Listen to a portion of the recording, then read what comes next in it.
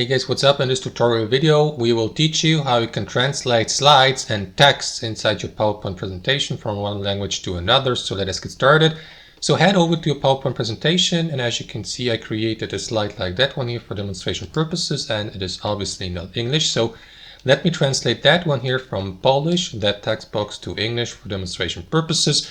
All you need to do, guys, if you'd like to repeat that or model that, simply highlight the given text you'd like to translate, and after that switch from the Home tab here at the top to the Review tab, and here under Language you will see a section or feature called Translate. So click on it. That is going to open up that built-in translator here on PowerPoint to the right. So what you want to do, guys, is simply select your input language, which is usually the text you highlight, which is here with the detected language to the right.